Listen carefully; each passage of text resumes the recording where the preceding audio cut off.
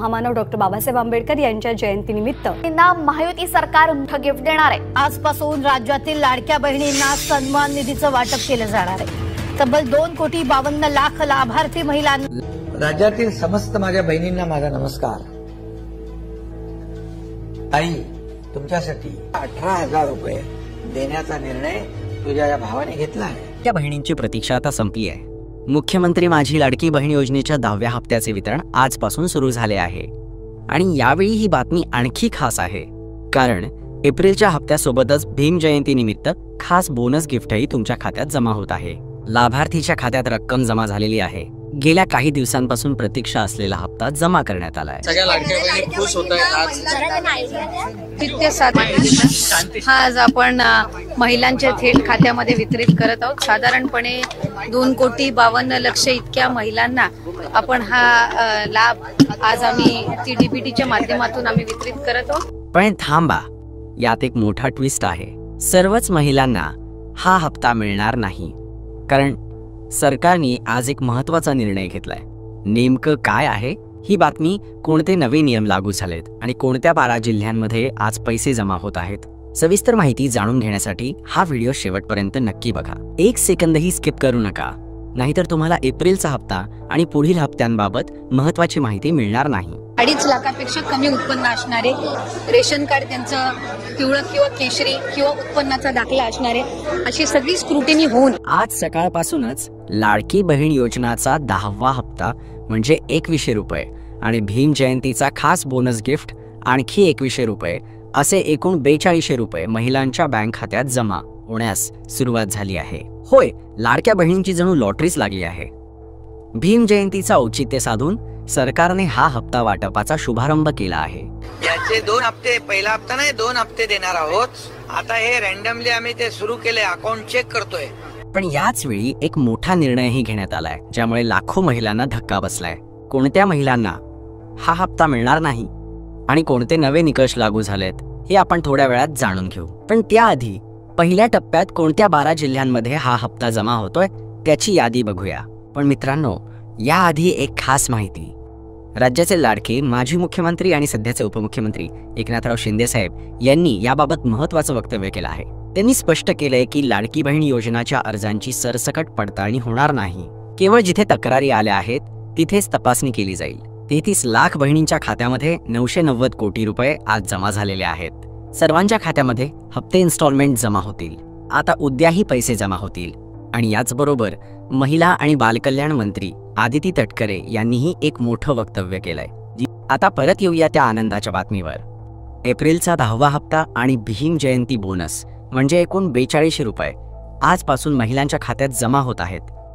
विशेष म्हणजे ज्या पात्र महिलांना फेब्रुवारी आणि मार्च महिन्यांचा हप्ता मिळाला नव्हता, त्यांना आता फेब्रुवारी, मार्च आणि एप्रिल या तिन्ही महिन्यांचे पैसे एकत्रित मिळणार आहेत।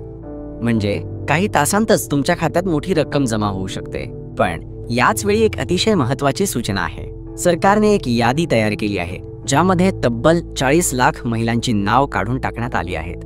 होय, तुम्ही बरोबर ऐकलंत, या महिलांना आता एप्रिलचा हप्ता मिळणार नाही। ही यादी तुम्ही स्वतः लाडकी बहीण योजनाच्या अधिकृत संकेतस्थळावर जाऊन तपासू शकता। आणि जर तुम्हाला ही यादी तुमच्या मोबाईलवर बघायची असेल तर लगेच आमच्या चॅनलला सबस्क्राईब करा आणि बेल आयकॉन दाबा। काळजी करू नका, टेन्शन घेऊ नका, मला तुमचा भाऊ समजा। तुमच्या कोणत्याही समस्या असतील तर मला सांगा, मी स्वतः तुमच्या समस्यांचा पाठपुरावा करून सरकारपर्यंत पोहोचवेल। आता प्रश्न येतो, नेमकं कोणत्या निकषांवर आधारित ही नाव काढून टाकण्यात आली आहेत? आदिती तटकरे यांनी काही तासांपूर्वीच याबाबत स्पष्टीकरण दिलं आहे। त्यांनी सांगितलं की तक्रारींच्या आधारे आता पडताळणीचा वेग वाढवण्यात आला आहे।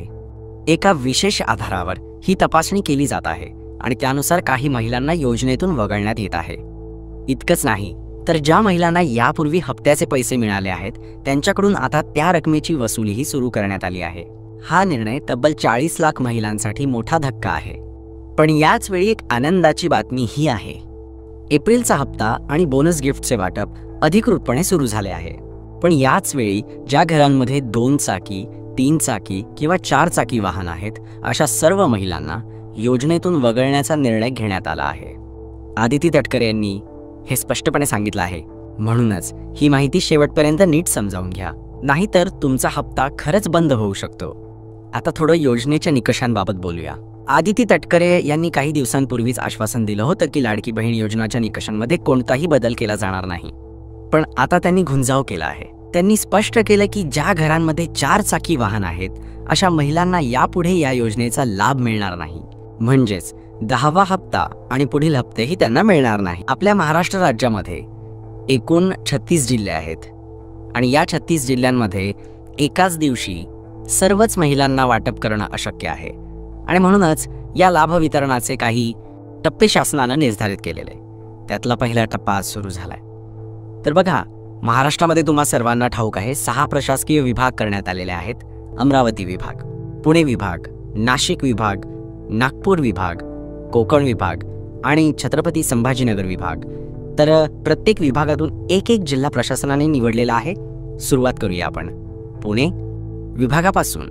तर बघा, पुणे विभागामध्ये आज कोल्हापूर जिल्ह्याला त्या ठिकाणी आज पैशांचं वाटप होत आहे आणि उर्वरित जे जिल्हे आहेत पुणे, सातारा, सांगली आणि सोलापूर यांना मात्र उद्या किंवा परवा पैसे जमा होतील. नंतर बघा, नाशिक विभाग आहे. नाशिक विभागामध्ये 5 जिल्हे येतात: नाशिक, धुळे, नंदुरबार, जळगाव आणि अहिल्यानगर.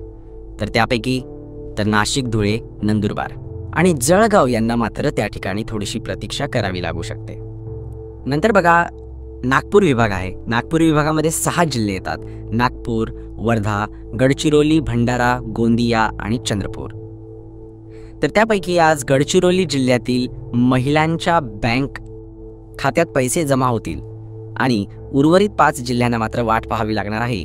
5 जिल्हे कोणते? तर नागपूर, वर्धा, भंडार, गोंदिया आणि चंद्रपूर. नंतर आहे कोकण विभाग. तर पहा, कोकण विभागामध्ये एकूण 7 जिल्हे येतात. त्याच्यामध्ये मुंबई शहर जिल्हा, मुंबई उपनगर जिल्हा, ठाणे, पालघर, सिंधुदुर्ग, रायगड आणि रत्नागिरी.